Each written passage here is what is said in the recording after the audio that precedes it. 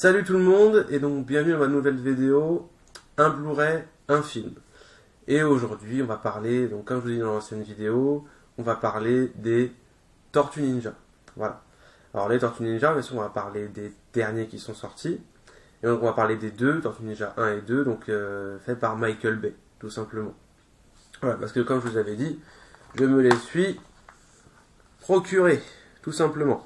Voilà. Donc comme d'hab, on va parler un peu, je vais vous présenter vite fait les Blu-ray en question. Et puis après, tout simplement, on partira sur le film. Et toute une partie spoil sur, on va dire, la comparaison par rapport aux comics, enfin même pas aux comics, par rapport aux dessins animés des années 90, que tout le monde connaît. Voilà. Alors si on part déjà sur les Blu-ray. Alors, Ninja Turtle 1. Donc vous pouvez voir sur la jaquette, donc c'est des Blu-ray classiques, je ne vais pas recouvrir les steelbooks pour ces Blu-ray là. Donc vous pouvez voir sur le premier, donc les 4 différentes tortues, Leonardo, Raphaël, Michelangelo et Donatello. Le titre en anglais, et puis voilà, donc les tortues sont assez classes dessus, et Donatello avec tout son attirail électronique. Mais ça en reviendra plus dans la partie spoil, avec New York en fond. Sur la tranche, vous avez tout simplement, que je vous le mets bien en face, Ninja Turtles, avec donc les 4 tortues, tout simplement. Voilà. Et derrière, on va dire le classique, quelques images du film, et le Shredder, avec son costume très spécifique, dont on parlera plus dans la partie spoil. Voilà. Et si l'on ouvre, pas de fond, et un Blu-ray disque, tout ce qu'il y a de plus classique, sans un seul sticker, on va dire, original. Voilà. Ça c'est pour le 1. Pour Ninja Turtles 2, nous avons sur la jaquette, pareil, les 4 tortues, le titre, et on rajoute donc le fameux camion des tortues. Mais ça on en parlera plus dans la partie spoil. Donc Casey Jones, joué par Stephen Amell, April O'Neil, joué par Megan Fox, et Bebop et Rocksteady. Voilà, les nouveaux personnages qui seront inclus dans ce film. On parlera encore plus dans la partie spoil. Et derrière, tout simplement, voilà, les petites images du film, avec un Shredder un peu mieux, on va dire. Mais on parlera plus dans la partie spoil également. Voilà. Si on ouvre, je ne vais même pas forcément vous en parler. Voilà, la même chose que pour le 1. Rien. Voilà. Donc les Blu-ray sont sympas d'un point de vue extérieur. Les deux Blu-ray sont sympas d'un point de vue extérieur. Par contre, à l'intérieur, c'est vraiment très basique. C'est dommage. Et même là, derrière, vous voyez, si on met les deux côte à côte.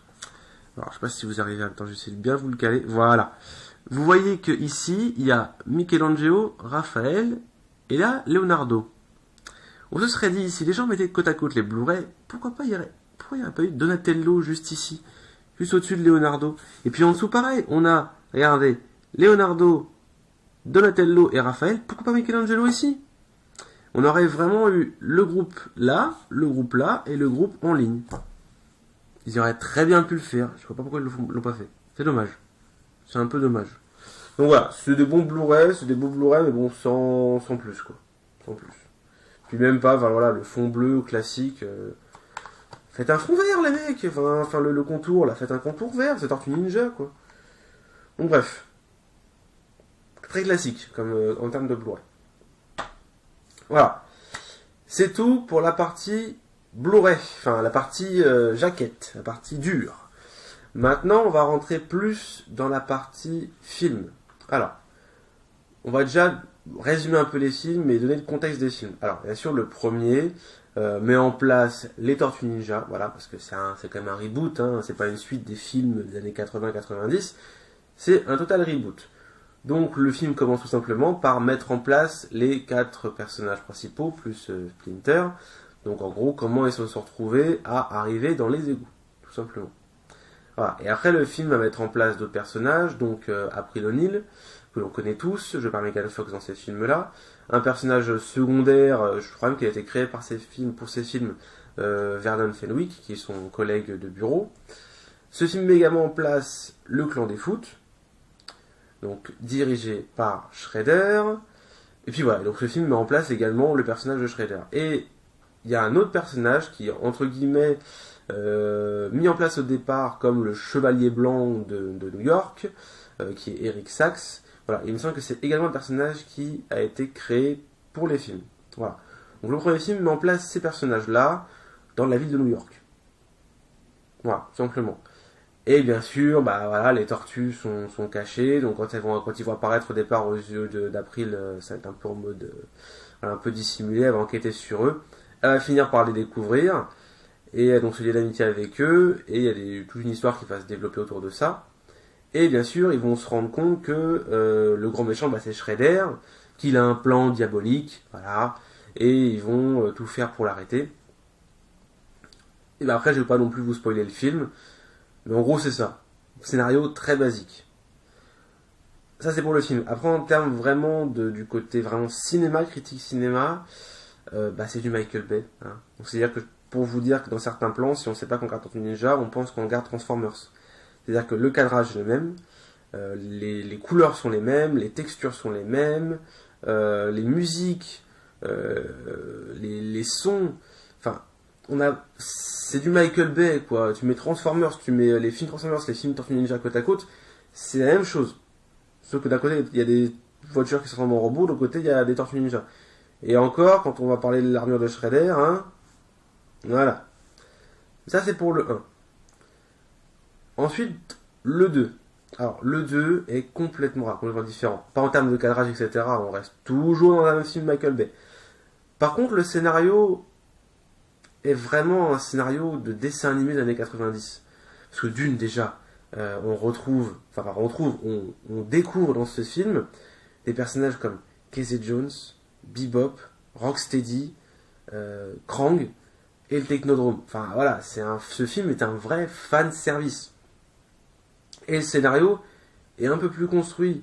Parce que bon, comme dans le premier, l'état d'esprit des tortues est bien respecté. Hein. Leonardo c'est le chef, très posé. Raphaël c'est le rebelle. Michelangelo le rigolo de service. Donatello est très porté sur le côté, effectivement, mécano, intellect, etc., etc. Mais ils ont forcé un peu sur le côté comique. Je sais pas pourquoi, mais ils ont forcé là-dessus. Voilà. Mais pour revenir sur ce film-là, voilà, le scénario est quand même plus poussé, parce que dans le 1, c'était vraiment, bon, bah, on est caché, on combat le clan des foot, les Tortues Ninja, hein. Et puis on va devoir aller sauver quelqu'un pour aller combattre le grand méchant. Point. Dans le 2, c'est plus réfléchi. Parce qu'il y a même, voilà, il y a même, j'avais mis même un personnage dans les Tortues Ninja 2. C'est Baxter Stockman, voilà. Espèce de scientifique un peu chelou. Mais c'est plus recherché parce qu'il y a quand même la notion de... Comment dire, les tortues grandissent, deviennent adultes. Et donc ils ont des réflexions plus poussées. C'est plus des réflexions d'adolescents. Et puis, il y a plein de personnages, il y a plein de petits backgrounds par-ci par-là, même si le background, au final, de Shredder et de Splinter, on va dire les deux grands maîtres, sont complètement mis de côté. Enfin, Shredder, enfin voilà, c'est un peu dommage, quoi. Et son background, merci, quoi, on n'en va pas du tout parler. Mais c'est pas grave. Après, je préfère largement le deuxième film, parce qu'on rentre vraiment plus dans le dessin animé, quoi. On retrouve le dessin animé des années 90, et c'est cool, ça fait plaisir, on passe un très très bon moment devant ce film-là. Et alors après, bien sûr, il faut avoir vu le 1 quand même pour pouvoir avoir le 2, pour comprendre un peu l'histoire, etc. Même si les acteurs changent, et ça on en parlera plus dans la partie spoil. C'est un peu compliqué à suivre. Mais c'est pas grave, il y a quand même une liaison. Parce que oui, le 2 se passe vraiment quelques mois après, et c'est les répercussions du premier. Enfin voilà, c'est vraiment, on est quelques temps après, et comment dire, dans le 2, le personnage principal, on va dire le scénario principal, c'est que Krang, enfin plutôt Shredder, arrive à rentrer en contact avec Krang. On parlera plus dans la partie spoil. Et Krang, bah justement, comme dans les dessins animés, va demander à Shredder de faire ramener son technodrome sur Terre. Voilà. Mais avec plein de petits scénarios à côté, donc ce qui fait que c'est scénario basique aussi. Mais d'une, c'est lié par rapport au dessin animé, donc c'est bien. Et de deux, il y a plein de petits scénarios à côté qui font que le film est beaucoup plus appréciable que le premier. Voilà. Voilà. Donc maintenant, on a assez parlé du film, parce que maintenant, je peux pas en parler plus sans vous spoiler. Donc, on va rentrer dans la partie spoil. Donc, merci à tous d'avoir regardé cette vidéo jusque-là. Pour ceux qui ne veulent pas le spoiler sur le film, ses liens par rapport au dessin animé, etc., tous les médias qui sont sortis à côté, je vous remercie d'avoir regardé cette vidéo, mais je vous conseille plus de regarder les 2 films et de revenir sur cette vidéo-là pour pouvoir écouter la partie spoil proprement dit. Voilà.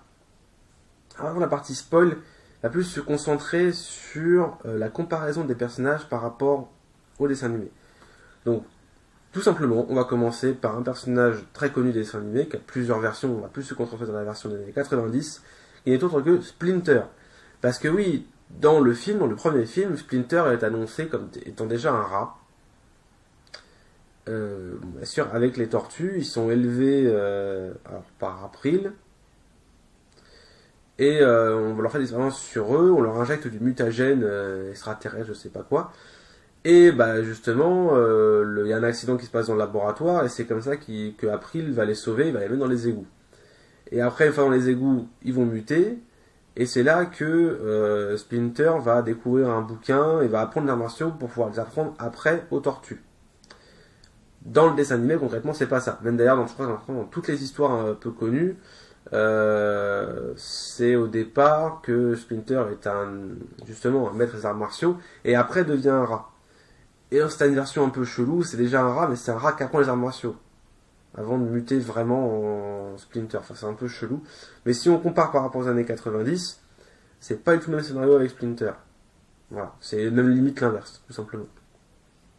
D'ailleurs, c'est pareil pour Shredder. Shredder, on connaît pas du tout son background. Alors, normalement, c'est pareil, c'est un maître des arts martiaux aussi. Enfin, là, on comprend que c'est un maître des arts martiaux, mais bon, c'est un peu, son background est complètement mis de côté. C'est un peu dommage. Puis, enfin, les personnages qui changent. Enfin, alors déjà dans le premier, le mec, il est stock, on voit à peine 2 minutes en vraiment personnage de Shredder, enfin sans son armure. Et puis, son armure, déjà, une espèce d'armure à la Transformers, là, dégueulasse. Bon, c'est mon avis personnel. Et après, dans le 2, l'acteur change complètement, il rétrécit, il prend des cheveux, il prend de la barbe. Et par contre, il revient sur une armure, une vraie armure de Shredder, classique, soft, mais ça fait quand même de l'effet. Voilà. Donc ça, c'est pour revenir sur les 2 grands maîtres, Splinter et Shredder. Ensuite, alors, il y a April. Voilà, April, bon, joué par Megan Fox, pas terrible pour ma part, hein, je n'aime pas du tout le jeu de Megan Fox.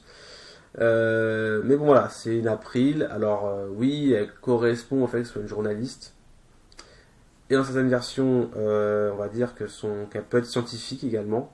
Et je pense qu'ils en ont fait un clin d'œil en disant que son père était scientifique. C'est pour faire un clin d'œil, on va dire, aux différents backgrounds que peut avoir April O'Neil dans les différents médias associés aux Tortues Ninja. Donc ça passe, voilà, c'est un peu une fouteuse de merde, et enfin à chaque fois les Tortues Ninja viennent la sauver, donc on va dire que dans l'état d'esprit ça colle tout à fait. Ensuite Casey Jones, alors Casey Jones est apparu dans le dessin animé des années 90. La seule différence avec la version du comics, la version du dessin animé, c'est que Casey Jones, il me semble pas que c'est un flic. C'est un justicier, violent et brutal. Par contre, ils sont pas non plus partis sur cet état d'esprit-là. À part une espèce de réplique, comme quoi il dit que oui, il y a des problèmes au niveau de la violence et qu'il fait du hockey pour gérer ça. Bon. C'est le petit clin d'œil basé là-dessus. Bon, ça passe. Ensuite, quel autre personnage on peut comparer? Alors oui, on peut comparer simplement un personnage qui apparaîtra dans le deuxième film, qui est Baxter Stockman.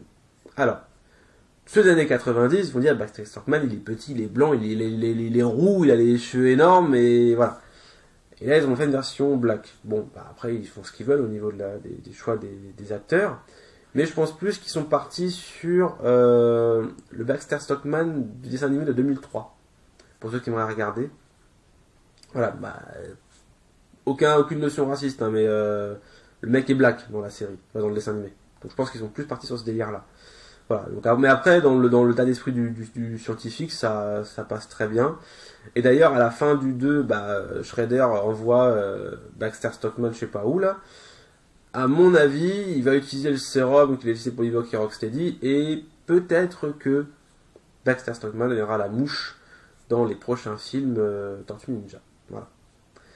Et d'ailleurs, pour parler de ce fameux sérum que Krang va donner à Shredder pour pouvoir transformer Bebop et Rocksteady en Bebop et Rocksteady qu'on connaît, c'est-à-dire en gros phacochère et en gros rhinocéros.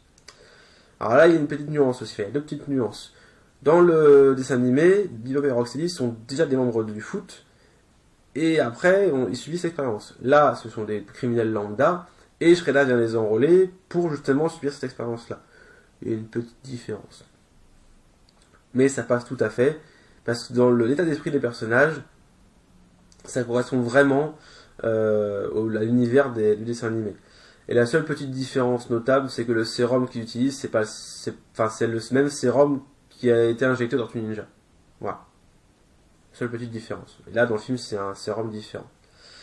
Ensuite, quoi comme personnage? Alors oui, je vais vous parler d'un personnage qui, à mon avis, est très peu connu, et c'est Karai. Alors Karai, on la voit dans les deux films, avec ces deux actrices différentes.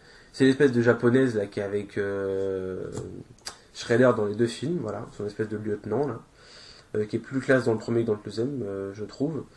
Et c'est Karai. Alors Karai, dans cette version, c'est sa fille, dans d'autres, c'est sa fille adoptive. Et même des fois, dans certains dessins animés, elle a une relation avec Leonardo. Voilà, une espèce de relation amour-haine. Et je crois qu'on la voit que dans le dessin animé de 2003. Pour ceux qui voudraient également voir à quoi, enfin, connaître un peu le background de ce personnage-là. Voilà, c'est juste pour faire la petite référence à Karai dans les films. Pour ceux qui, à mon avis, n'ont pas du tout vu que c'était un personnage du dessin animé. Ensuite, on va parler tout simplement, alors pas d'Eric Sachs et Vernon, voilà, ces personnages qui ont été créés pour le film. Bon, c'est pas forcément grand chose. Donc voilà, on va les squeezer un petit peu. Par contre, on va parler donc de Krang et du Technodrome. Alors, oui. Alors, le Technodrome est un peu vu différemment, là il vole, etc. Moi, j'aurais plus aimé le voir avec l'espèce de chenille, un peu comme dans le dessin animé. Mais bon, le Technodrome est là, ça fait plaisir. Krang correspond bien. Alors par contre, il ne correspond pas forcément au dessin animé fin de 1987, des années 90. Il correspond plus à la version comics. Alors oui, il a son espèce de gros robot comme dans le dessin animé, voilà. Mais par contre, dans l'état d'esprit de Krang, il a l'air d'être très violent. Et justement, le fait qu'il capture Shredder à la fin dans une espèce de collection de glace, là, c'est plus le thème par rapport aux comics Tortue Ninja, où Krang est une espèce de tueur. Enfin, à chaque fois qu'il va sur une planète, il est obligé de tuer une extraterrestre qui habite sur cette planète-là, enfin, l'espèce qui habite sur cette planète-là. Il a du sang, comment dire, il a du sang d'extraterrestre sur les mains, quoi. Donc je pense plus qu'ils sont partis sur cet état d'esprit-là par rapport à Krang. Après, pourquoi pas? Ça peut changer un petit peu et ça peut donner une menace un peu plus réelle par rapport à Krang. Parce que dans les dessins animés, bon, bah, Shredder et Krang se chamaillent tout le temps, mais concrètement, bon, bah, Krang, on le voit, mais... Enfin, c'est plus son robot qui fait peur que vraiment Krang, quoi. Donc, j'ai hâte de voir un peu dans quel état d'esprit ils vont placer Krang dans les prochains films Tortue Ninja. Ensuite, alors, c'est pas des personnages, par contre, ce sont des objets, enfin, des scènes, etc., que moi, personnellement, j'ai adoré. Alors, dans le 1, on découvre vite fait entre guillemets, la Batcave des Tortues Ninja. Enfin, d'ailleurs, ils font plein de références dans le 2. Michelangelo compare leur repère à la Batcave, la forteresse de solitude de Superman, Poudlard, enfin bref. C'est assez sympa. Le noir des X-Men aussi, je crois, enfin, je me souviens plus. Et alors, leur repère, oui, franchement, il est stylé. Il est vraiment bien reproduit. Et le camion dans le 2, enfin, c'est juste génial. On retrouve les années un peu différents, mais on retrouve le camion des années 90, des années 90. Donc c'est génial. C'est pour ça que je préfère largement le 2, quoi. Parce qu'il a plein de petits clins d'œil à ce truc-là et c'est vraiment énorme. Donc oui, pour la planque, oui pour le camion. Ensuite, il y a des petits trucs un petit peu cachés, de temps en temps. Et surtout parce qu'on sait que Casey Jones et April ont une relation plus ou moins importante dans les dessins animés. Et justement, à la fin, voilà, il y a une espèce de petite drague, machin, petite dragounette. Et voilà, on se dit que si ça se trouve, dans le film, on va avoir une relation entre Casey Jones et April. Donc c'est cool. Puis moi j'aime bien, enfin je kiffe la série Arrow, donc voilà, Stephen Amell en Casey Jones, oui. Oui, voilà. Au départ j'avais très peur. Et puis au final ça passe très bien. Alors oui, il a pas les cheveux longs comme dans les versions, pratiquement toutes les versions de Casey Jones. Mais bon, ça passe. Alors après, au niveau des différences, des petites différences, c'est pas April qui donne le nom à Splinter et aux tortues, quoi. C'est Splinter qui donne le nom aux tortues. Voilà. Leonardo, Michelangelo, Donatello et Raphaël. C'est Splinter qui lui leur donne le nom, c'est pas April, quoi. Donc bon, voilà, pour le film, fallait qu'ils aient un lien avec April, bla bla bla. Bon, après, ils font ce qu'ils veulent. Bref. Donc pour conclure, le 1 pour moi est une déception. En termes de scénario, puis Shredder en espèce de Transformers, non. J'y arrive pas. Enfin, oui, c'est une version des dessins animés, il a une armure beaucoup plus stock, etc., qui fait beaucoup plus peur. Mais là, il a 40 lames sur chacune de ses mains, non, non, je suis désolé. Pour moi, ça passe pas. Mais, c'est mon choix, c'est mes préférences. Je préfère largement le costume basique de Shredder, qui est beaucoup plus soft dans le 2. Voilà. Tout en restant assez novateur, mais ça reste beaucoup plus soft. Et par contre, je préfère largement le 2. Je passe un très très bon moment. Je passe un moment devant le 1, mais je passe un très très très bon moment devant le 2. On a l'impression vraiment d'être devant un dessin animé des années 90, mais en film. Plein de personnages, c'est du fan service à gogo. Et pour finir sur le fan service, et ce sera la dernière petite critique de ces films-là, de voir d'entendre en anglais un peu retravailler le générique de Tortue Ninja des années 90 sur les dessins animés à la fin, donc sur le générique de fin de Tortue Ninja 2, c'est juste énorme. Voilà, je vais vous mettre, je pense, à mon avis, en fond pour que vous entendiez la version du dessin animé, pour que voilà, je vous laisse quand même profiter de la version du film. Et je vous mettrai, je pense, en fond la version du dessin animé des années 90. Voilà, ce sera toute ma critique sur les deux Tortues Ninja de Michael Bay. Je vous remercie énormément d'avoir regardé cette vidéo. Et donc pour ce qui concerne les prochaines vidéos, c'est déjà fixé. Donc normalement cette vidéo là sort après la sortie de la vidéo de Harry Potter à l'école des sorciers. Donc la vidéo qui sortira après celle-ci, ce sera Harry Potter et la chambre des secrets. Voilà. Et la vidéo qui sortira, donc qui est prévue normalement pour après Harry Potter et la chambre des secrets, sera tout simplement le dernier film d'ici sorti en date, qui n'est autre que Suicide Squad. Version longue. Parce que là, pour cela, c'est un DC, donc je me procurerai le steelbook et la version longue. Donc je parlerai de la version longue dans ma vidéo. Voilà. Donc je vous remercie encore d'avoir regardé cette vidéo. Je vous souhaite une bonne soirée ou une bonne journée en fonction de l'heure à laquelle vous la regardez. Je vous souhaite de regarder des films, de bien vous porter, et je vous dis à plus tout le monde.